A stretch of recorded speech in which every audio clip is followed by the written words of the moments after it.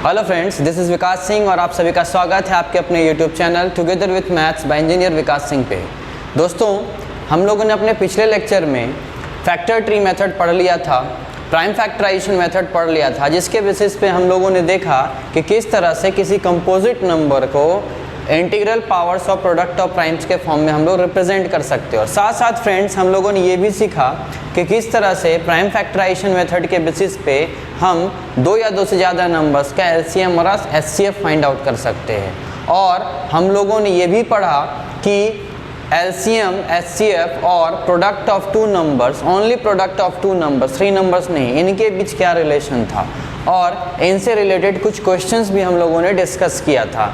तो आज का जो क्लास है फ्रेंड्स, आज का क्लास में हम लोगों ने जो पिछले लेक्चर्स में पढ़ा था उनके बेसिस पे कुछ क्वेश्चंस देखेंगे और देखेंगे कि हम लोगों ने जो पढ़ा है उसके बेसिस पे ये चीज़ बन पाता है भी या नहीं।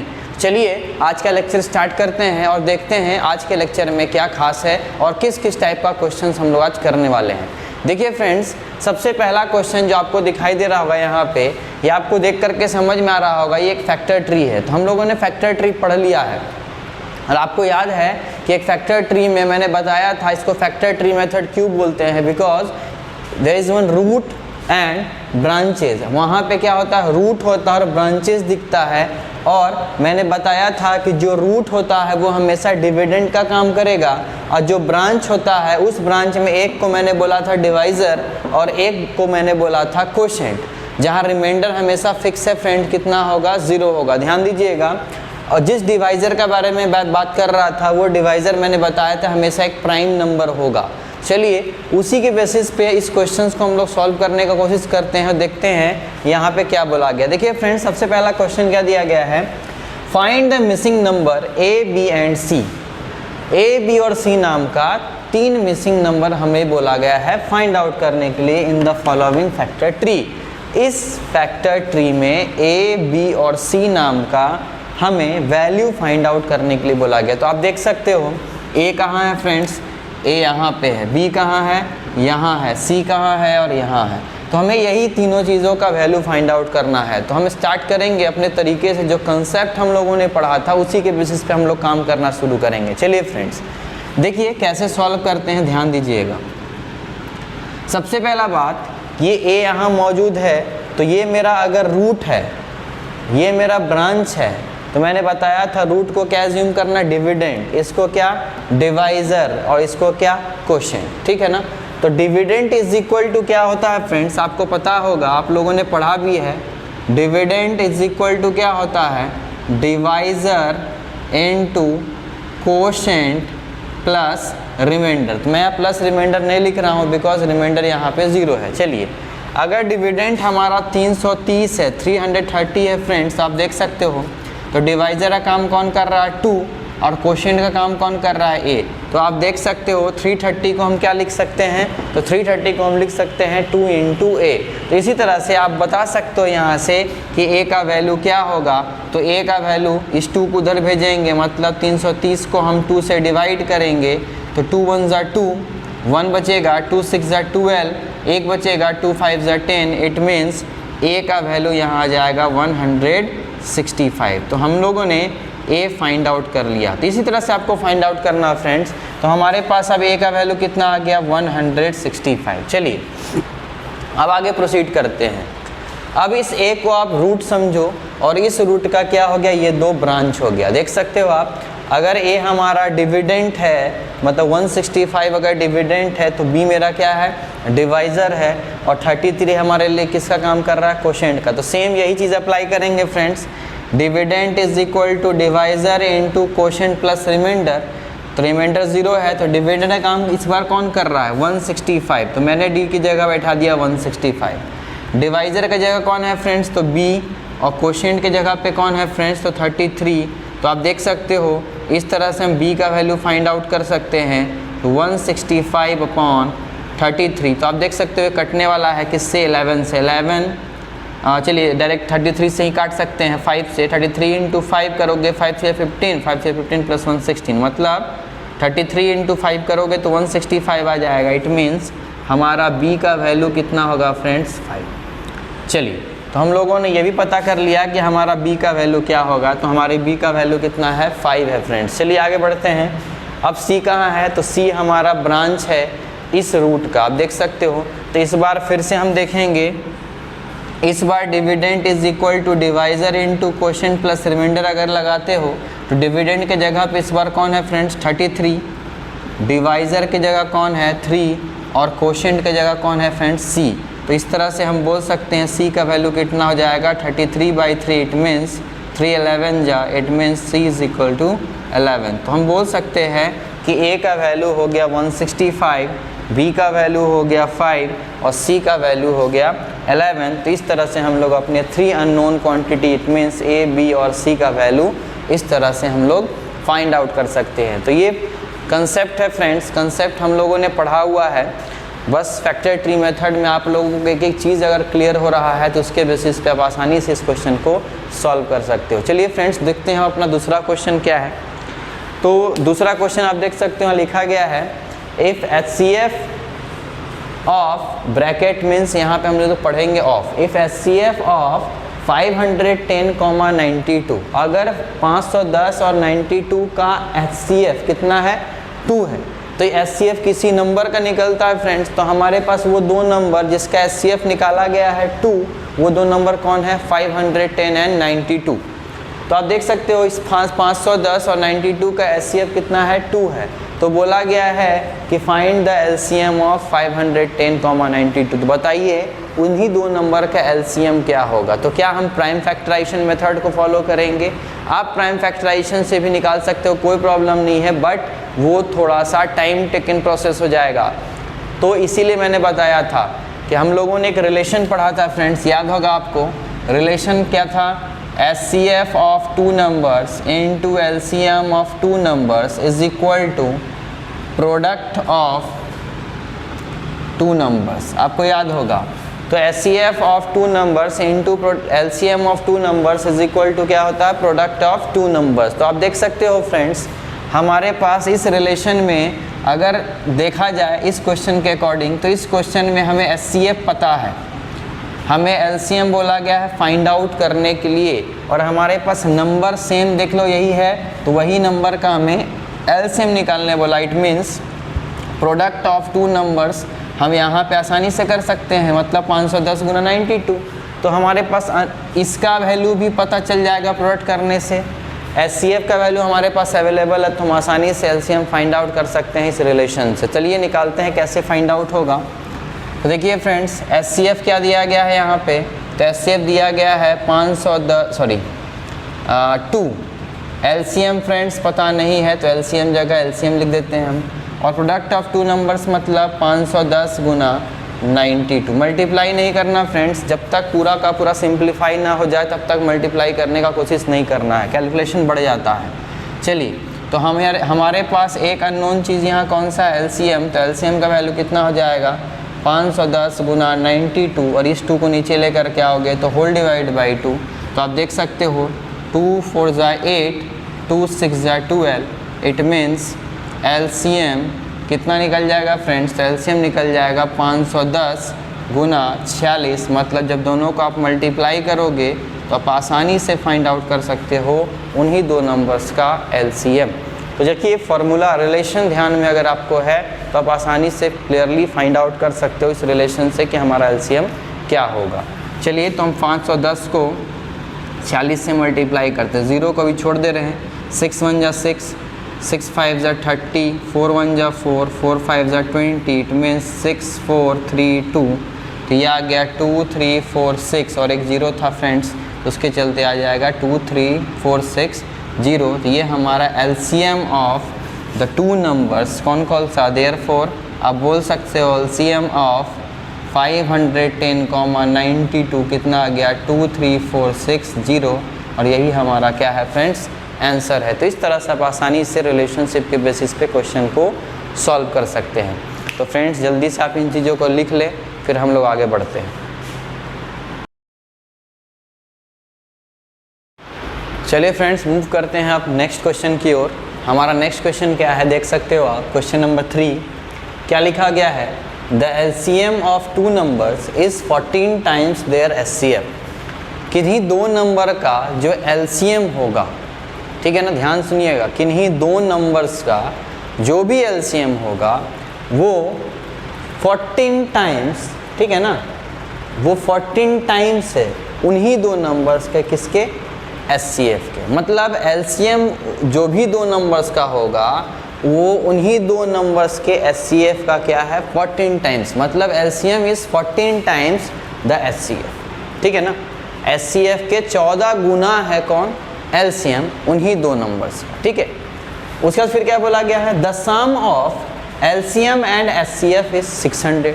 अब जो भी एलसीएम आया होगा और जो भी एचसीएफ आया होगा उन दोनों का सम कितना है फ्रेंड्स, तो उन दोनों का सम है 600। तो पूछा if one of the number is 280, अगर जिन दो नंबर का हम एलसीएम और एचसीएफ का बात कर रहे हैं और उन दो नंबर में से अगर एक कोई नंबर 280 है तो पूछा गया है कि अदर नंबर फिर क्या होगा।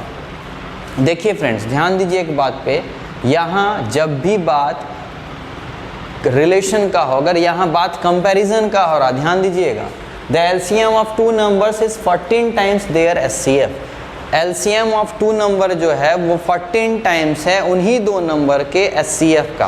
तो याद रखिएगा यहाँ एलसीएम और एचसीएफ का कंपैरिजन हो रहा है, इन दोनों के बीच कुछ रिलेशन बनेगा। तो याद रखिएगा फ्रेंड्स, अगर मैं बोल रहा हूँ कि मैं आपसे 5 गुना बड़ा हूँ तो आपसे 5 गुना बड़ा हूँ, तो याद रखिएगा अगर मेरा कंपैरिजन आपसे हो रहा है तो याद रखिएगा आपको मैं कुछ ना कुछ कंसिडर कर लूँगा। अगर आपका एज x है तो मेरा एज कितना हो जाएगा फ्रेंड्स, तो मेरा एज हो जाएगा 5x, ठीक है ना।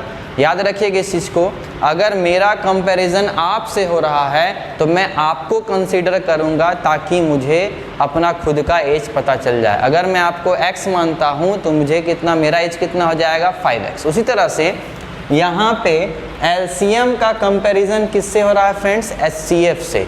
तो LCM of two numbers is 14 times their HCF. तो कंपैरिजन जब एचसीएफ से हो रहा है तो मैंने भी क्या बताया, जिससे कंपैरिजन हो, याद रखिएगा ये रूल है, जिससे कंपैरिजन हो हमेशा उसी को कुछ ना कुछ मान लो।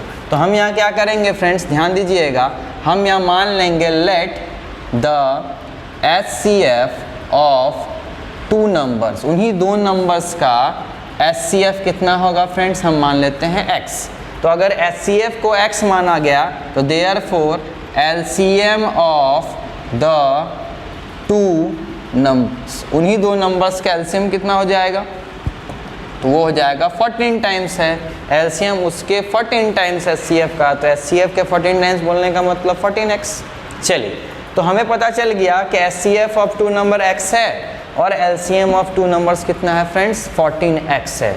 चलिए अब आते हैं क्वेश्चन पे। क्वेश्चन में क्या बोला था कि जब आप एचसीएम एचसीएफ फाइंड आउट कर ही लिए हो तो यहाँ बोला गया इन दोनों का सम कितना है फ्रेंड्स, 600। तो क्या आपके पास एलसीएम है, जी हमारे पास एलसीएम एचसीएफ दोनों है।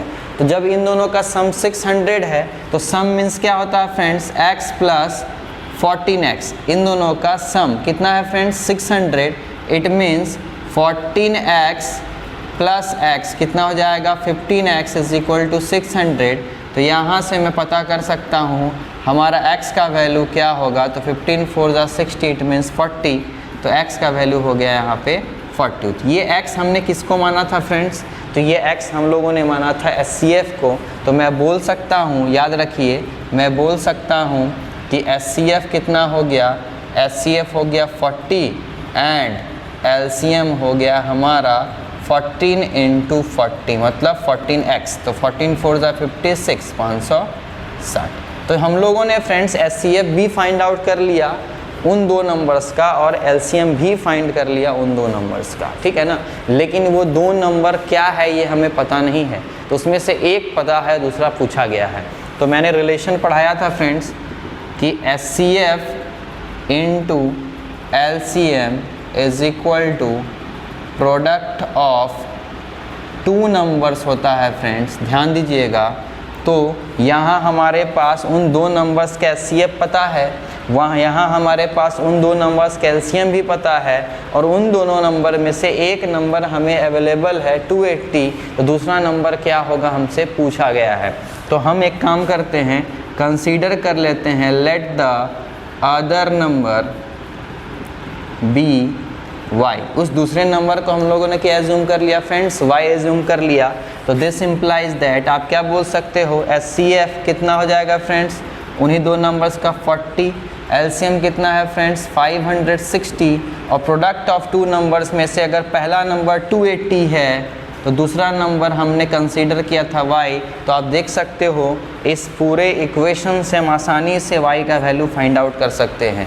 तो हमें तो y ही चाहिए था ना, अदर नंबर हमें चाहिए था, तो हम आसानी से फाइंड आउट कर सकते हैं। तो इस 280 को इधर भेज दो, तो 40 × 560 बाई 280, तो आप देख सकते हो 28 2 ज़ा 56, तो y का वैल्यू 40 × 2 80 आ गया। तो 80 हमारा वो अदर नंबर होगा। तो हम बोल सकते हैं therefore required other number is 80। Required other number हमारा क्या हो जाएगा फ्रेंड्स, वो हमारा 80 हो जाएगा, और यही हमारा क्या होगा फ्रेंड्स, आंसर होगा। तो इस तरह से करके हम आसानी से सॉल्व कर सकते हैं इस क्वेश्चन को और बता सकते हैं कि हमारा आंसर क्या होगा। चलिए फ्रेंड्स आगे अब मूव करते हैं नेक्स्ट क्वेश्चन पे। आप देख सकते हो उस क्वेश्चन नंबर 4 में क्या बोला गया है।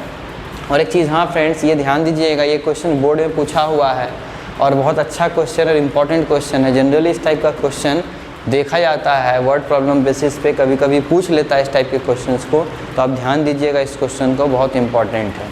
तो इस चीज़ को मैं इंपॉर्टेंट मार्क कर दे रहा हूँ, आप भी इंपॉर्टेंट मार्क कर लीजिएगा ताकि इसके बेसिस पे आप इन क्वेश्चंस को बार बार देखते रहें, समझते रहें। बहुत अच्छा क्वेश्चन है। चलिए आगे बढ़ते हैं। क्वेश्चन नंबर 4 में क्या बोला गया है फ्रेंड्स, क्वेश्चन नंबर 4 में बोला गया है find the highest power of 5 इन 23750। 23,750 में बोला गया हाईएस्ट पावर ऑफ 5 क्या होगा। तो एक चीज़ ध्यान से देखिए फ्रेंड्स, कभी भी अगर आपसे हाईएस्ट पावर ऑफ किसी प्राइम नंबर का पूछ रहा, आप देख सकते हो 5 क्या है हमारा प्राइम नंबर, और इसमें आपसे पूछा गया हाईएस्ट पावर ऑफ 5 क्या होगा। तो प्राइम नंबर का पॉजिटिव इंटीग्रल पावर आपसे पूछा जा रहा है, जो हाईएस्ट पावर के तौर पे यहाँ नाम दिया गया है। तो आप खुद सोचिए, ये एक तरह का कंपोजिट नंबर है, और इस कंपोजिट नंबर का जब आप प्राइम फैक्टराइजेशन करोगे तो प्राइम नंबर्स का कुछ न कुछ पावर्स के फॉर्म में हमें दिखाई देगा। Product of primes in integral forms आपको दिखाई देगा पावर, और उसी चीज़ में से हाईएस्ट पावर ऑफ 5 हमें ढूंढने बोला गया है। तो हम आसानी से हाईएस्ट पावर ऑफ द 5 इससे ढूंढ सकते हैं। कैसे, बस सीधा सा बात है, इसको अगर हम प्राइम फैक्टराइजेशन कर दे तो प्राइम फैक्टराइजेशन करने के बाद आसानी से हम हाईएस्ट पावर ऑफ द 5 ढूंढ सकते हैं। चलिए कैसे होगा ध्यान दीजिए। तो मैंने बताया था 23750, अगर मैं इसका प्राइम फैक्टराइजेशन करता हूं तो प्राइम फैक्टराइजेशन करने के लिए स्टार्टिंग के लिए किसी प्राइम नंबर को सेलेक्ट करना पड़ेगा। तो आप देख सकते हो लास्ट में 0 है तो 5 से आसानी से कट जाएगा। तो 5 से ही स्टार्ट करते हैं। 5 4 ज़ा 20, 3 आ जाएगा, 5 7 ज़ा 35, 2 आ जाएगा, 5 5 ज़ा 25, 0 फिर से लास्ट में 0 है फ्रेंड्स, तो 5 से फिर से कर देते हैं। 5 9 ज़ा 45, 2 आ जाएगा, 5 5 ज़ा 25 और 0 फिर से देख सकते हो आप 5 है आखिरी में, तो 5 1 ज़ा 5, 4 बचेगा, 5 9 ज़ा 45, फिर से 0 आ गया फ्रेंड्स, फिर से 5 से करते हैं। 5 3 ज़ा 15, ठीक है, 4 बचा, 5 8 ज़ा 40, और फिर अब 5 से नहीं होगा, अब किससे होगा 2 से, तो 2 19 ज़ा 38 और 19 1 ज़ा 19। तो आप देख सकते हो प्राइम फैक्टराइजेशन हम लोग तब तक करते हैं जब तक लास्ट में हमें 1 न दिख जाए। तो हम देख सकते हैं कि इस 23750 का प्राइम फैक्टराइजेशन करने के बाद इसे प्रोडक्ट ऑफ प्राइम्स के फॉर्म में हम कैसे लिख सकते हैं।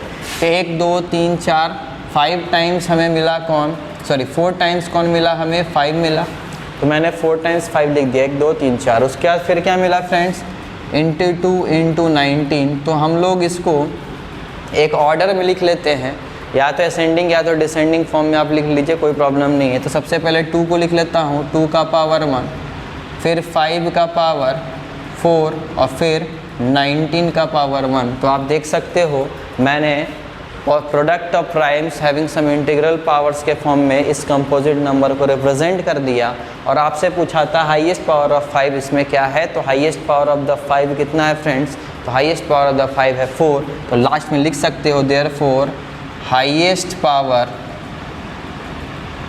Of 5 in 23750 is 4। ठीक है, तो इस तरह से आप आसानी से इस क्वेश्चन को सॉल्व कर सकते हो। उसी तरह से आप देख सकते हैं फ्रेंड्स, क्वेश्चन नंबर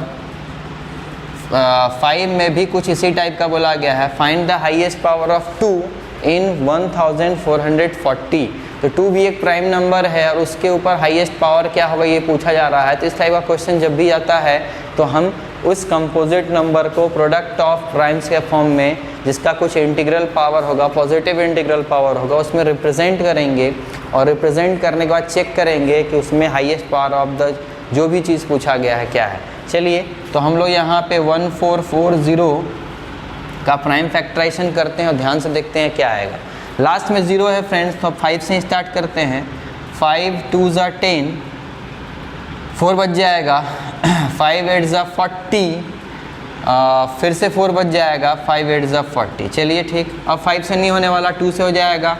2 1 ज़ा 2, 2 4 ज़ा 8, 2 4 ज़ा 8, फिर 2 7 ज़ा 14, 2 2 ज़ा 4, फिर से 2 3 ज़ा 6, 2 6 ज़ा 12, 2 18 ज़ा 2, 9 ज़ा 3 3 ज़ा एंड 3 1 ज़ा। तो आप देख सकते हो 1440 को हम लिख सकते हैं 5 इंटू 1 2 3 4 5, 5 टाइम्स 2, 1 2 3 4 5 और 2 टाइम्स 3, तो इंटू 3 इंटू 3। तो याद कीजिए, बताया था एक ऑर्डर में रखिए आप, या तो असेंडिंग या तो डिसेंडिंग फॉर्म में, मतलब 2 3 5 ऐसा पावर में लिखिए, या तो 5 3 2। बढ़ते क्रम में या तो घटते क्रम में आप पावर्स के फॉर्म में लिखिए इसको। चलिए मैं पहले 2 से स्टार्ट करता हूँ। तो 2 का पावर 1 2 3 4 5 है, इंटू 3 का पावर 2 है, इंटू 5 का पावर 1 है। तो आप देख सकते हो 1440 का मैंने इस कंपोजिट नंबर को प्रोडक्ट ऑफ प्राइम्स के फॉर्म में रिप्रेजेंट कर दिया, जिसका पावर 5 2 और 1 है। तो हमसे पूछा गया था 2 का हाईएस्ट पावर कितना होगा इसमें। तो 2 का हाईएस्ट पावर क्या है फ्रेंड्स? तो 2 का हाईएस्ट पावर है 5। तो लिख सकते हैं therefore highest power of 2 in 1440 is 5। तो हाईएस्ट पावर ऑफ 2 1440 में कितना है फ्रेंड्स? 5 है। तो इस तरह से हम आसानी से क्वेश्चन को सॉल्व कर सकते हैं। तो चलिए फ्रेंड्स, जल्दी जल्दी इसको लिख लें आप, फिर आगे कंटिन्यू करते हैं। चलिए फ्रेंड्स, चलते हैं नेक्स्ट क्वेश्चन की ओर। क्वेश्चन नंबर 6 और क्वेश्चन नंबर 7 जो आपको दिखाई दे रहा होगा वाइट बोर्ड पे, ध्यान से देख सकते हो। इस क्वेश्चन में क्या बोला गया है? क्वेश्चन नंबर 6 में बोला गया है इफ 6370 इज इक्वल टू 2 का पावर m इंटू, याद रखिएगा ये क्या है? डॉट है, इंटू है ना। 2 का पावर m इंटू 5 का पावर n इंटू 7 का पावर k इंटू 13 का पावर p। मतलब 6370 को हम इस तरह से लिख सकते हैं। और आप एक चीज़ ध्यान से देखिए, ये 2 5 7 13 ये प्राइम नंबर्स हैं और इन प्राइम नंबर्स का कोई पावर दिया गया है m n k और p। इतना तो कंफर्म है फ्रेंड्स कि m n k और p कहीं ना कहीं हमारा वो पॉजिटिव इंटीग्रल पावर्स हैं जो कि इस प्राइम नंबर्स के ऊपर दिखाई दे रहा होगा। इट मीन्स ये कंपोजिट नंबर है और कंपोजिट नंबर को हम लोगों ने यहाँ पे क्वेश्चन में बताया गया है product of primes having some integral powers of positive integral powers के फॉर्म में। तो इस तरह से इसको लिखा गया है, ठीक है ना। लेकिन यहाँ m n k p missing है, क्या होगा ये पता नहीं है, तो वो हम निकाल सकते हैं, ठीक है ना। तो जैसे ही आप m n k और p निकाल लोगे तो बोला गया m n k और p सबको जोड़ करके रिजल्ट कितना आएगा। तो बहुत ही आसान क्वेश्चन है फ्रेंड्स। तो ये तो क्वेश्चन के अकॉर्डिंग दिया गया कि हम इसको ऐसा लिख सकते हैं, बट एक्चुअल में क्या आएगा वो हम चेक करते हैं। तो हम क्या करेंगे फ्रेंड्स, हम यहाँ पे 6370 का प्राइम फैक्टराइजेशन करेंगे और उसको हम इस फॉर्म में रिप्रेजेंट करने का कोशिश करेंगे ताकि उसके बेसिस पे हम कंपैरिजन कर सके और कंपैरिजन करके देख सके कि हमारा m n k और p का वैल्यू क्या होगा। चलिए स्टार्ट करते हैं। चलिए पहले 2 ही है तो 2 से ही देख लेते हैं कि 2 से आ जाएगा ये। तो 2 3 ज़ा 6, 2 1 ज़ा 2, 1 बचेगा, 2 8 ज़ा 16, 1 बचेगा, 2 5 ज़ा 10। अब ये 2 से नहीं जाने वाला, 5 से जाएगा। चलिए 5 6 ज़ा 30, 1 बचेगा, 5 3 ज़ा 15, 3 बचेगा, 5 7 जा 35। चलिए 5 से अब जाएगा क्या, नहीं जाएगा। चलिए 7 से देख लेते हैं, 7 9 ज़ा 63 और 7 1 ज़ा 7। चलिए ठीक है, 7 से फिर से जाएगा क्या, चलिए जाएगा, 7 1 ज़ा 7, 2 बचा, 7 3 ज़ा 21 और फिर लास्टली 13 1 ज़ा 13। तो आप देख सकते हो, हम बोल सकते हैं 6370 is equal to 2 into 5 into 7 into 7 into 13। इस तरह से लिख सकते हैं, जहाँ इसको अगर ढंग से लिखा जाए तो 2 इंटू 5 का पावर 1 इंटू 7 का पावर 2 इंटू 13 का पावर 1, ऐसे हम लिख सकते हैं। तो ये हमारा अपना खुद का रिजल्ट है जो कि 6370 से मिला है। बट क्वेश्चन में 6370 को बोला गया है 2 का पावर m इंटू 5 का पावर n इंटू 7 का पावर k इंटू 13 का पावर p, इस फॉर्म में। तो हम इसको मान लेते हैं इक्वेशन 1 और इसको मान लेते हैं इक्वेशन 2।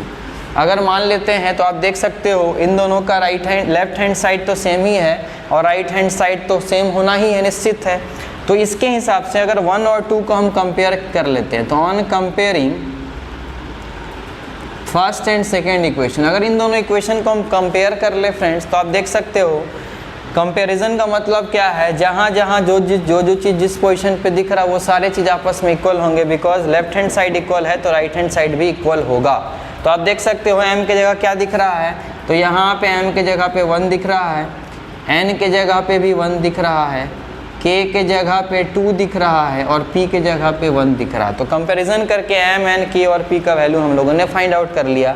तो therefore m plus n plus k plus p is equal to, पूछा गया था तो 1 प्लस m का वैल्यू 1 रख दिया, n का वैल्यू भी 1, k का वैल्यू 2 और p का value 1। It means 1 plus 1 2, 2 plus 2 4, 4 plus 1 it means 5। तो हम बोल सकते हैं हमारा आंसर क्या होगा फ्रेंड्स, तो हमारा आंसर हो जाएगा 5। तो इस तरह से आप इस क्वेश्चन को आसानी से सॉल्व कर सकते हो। आप देख सकते हो किस तरह से प्राइम फैक्टराइजेशन का यूज़ हो रहा है इस चैप्टर में। तो आपका प्राइम फैक्टराइजेशन अच्छा होना चाहिए इस टाइप के क्वेश्चंस को सॉल्व करने के लिए। चलिए आते हैं नेक्स्ट क्वेश्चन की ओर। 7 नंबर क्वेश्चन क्या बोला गया है, which of the following is a pair of को प्राइम्स। इसमें से कौन सा पेयर को प्राइम्स को शो कर रहा, कौन सा जोड़ा है जो को प्राइम को शो कर रहा। ये को प्राइम क्या होता है फ्रेंड्स, तो को प्राइम मतलब वैसे नंबर्स, वैसे पेयर्स, ठीक है ना, जिनका SCF क्या होगा फ्रेंड्स, जिसका SCF 1 आएगा। अगर कितने भी नंबर्स हो, अगर उन सारे नंबर्स का अगर हमारे पास यहाँ 2 नंबर दिए गए हैं और पूछा गया है क्या ये 2 नंबर को प्राइम है, क्या ये पेयर को प्राइम है, क्या ये पेयर को प्राइम है, क्या ये पेयर को प्राइम है। अगर आपसे पूछा जा रहा है कि कोई पेयर को प्राइम है या नहीं है, तो आप क्या करो, चुपचाप उन पेयर्स का सेपरेटली आप क्या करो, SCF फाइंड आउट करो। अगर इसका SCF 1 आता है, याद रखिएगा SCF कितना आ गया, 1 आता है, तो हम बोलेंगे कि वो पेयर एक को प्राइम वाला पेयर है, ठीक है ना। तो लिख सकते हो को प्राइम क्या होता है फ्रेंड्स, तो को prime means if SCF is 1 then the pair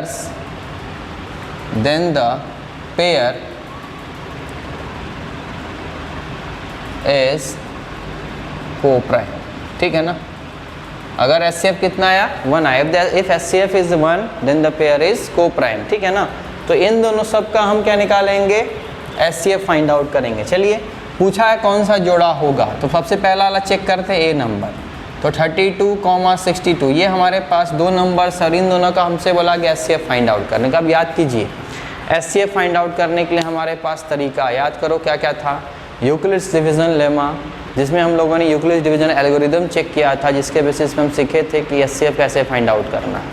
फिर आप लोगों ने पहले ही पढ़ा हुआ है लॉन्ग डिवीज़न मेथड।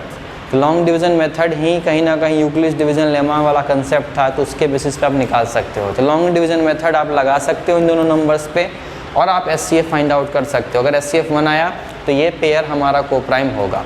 दूसरा मेथड क्या है, प्राइम फैक्टराइजेशन मेथड। तो प्राइम फैक्टराइजेशन मेथड के बेसिस पे मैंने सिखाया है, ठीक है ना, SCF highest common factor, but हम लोग ढूंढेंगे कि कॉमन में है ना लीस्ट पावर ऑफ जो भी हमारा प्राइम नंबर्स होगा उस चीज़ को हम लोग को यहाँ पे कवर करना होता है, उस चीज़ को हमको ढूंढना होता है ताकि हम फाइंड आउट कर सकें अपना SCF। तो मैंने सिखाया हुआ दोनों मेथड, जो आपको अच्छा लगता है बना लो, बाकी कोशिश करो कि आप लॉन्ग डिवीजन मेथड यहाँ अप्लाई करो, आसानी से बन जाएगा। चलिए, तो 32 और 62 का हम SCF फाइंड आउट करना चाहते हैं, तो मैंने बताया हुआ है डिविडेंट वही बनेगा जो बड़ा होगा, डिवाइज़र वो बनेगा जो छोटा होगा।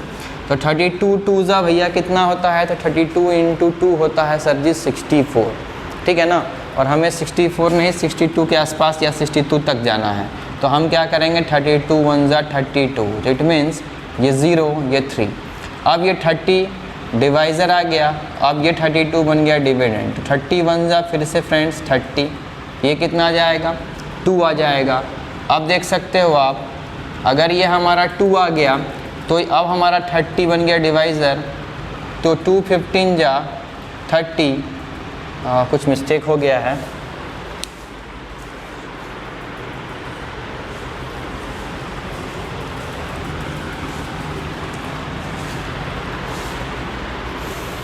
चलिए फिर से करते हैं। 62 है और यहाँ कितना है फ्रेंड्स 32, तो 32 1 जा 32, ये 0 और ये 3, ठीक है। रिमाइंडर हमारा फ्रेंड्स आप देख सकते हो 0 नहीं आया तो वापस से कंटिन्यू होगा प्रोसेस, और ये 32, तो 30 1 जा आप देख सकते हो 30, रिमाइंडर कितना आया 2 आया, फिर से 0 नहीं आया है, इट मीन्स 30 यहाँ जाएगा, तो 2 15 जा 30, ठीक है। 2 15 जा 30, इट मीन्स रिमाइंडर कितना आ गया 0 आ गया। तो आप देख सकते हो किस डिवाइज़र के चलते रिमाइंडर 0 आया है फ्रेंड्स, तो रिमाइंडर आया है 2 के चलते, यही 2 हमारा क्या होगा SCF होगा। तो SCF of 32, 62 is equal to कितना निकल गया 2। तो मैंने क्या बताया था फ्रेंड्स, अगर SCF 1 आता है तो ही वो पेयर कोप्राइम कहलाएगा। तो क्या ये पेयर कोप्राइम शो कर रहा है? नहीं, तो हम लिख देंगे देयरफॉर 8 इज नॉट कोप्राइम। चाहे ऐसे बोल सकते हो this pair is not a coprime, ठीक है। तो ये हमारा पेयर कोप्राइम नहीं है। तो पहला पेयर तो हमारा फ्रेंड्स कोप्राइम नहीं आया। अब हम चेक करते हैं अपने दूसरे पेयर को, हमें ढूंढना है SCF हमारा 1 आता है या नहीं। चलिए आते हैं सेकेंड वाले पे।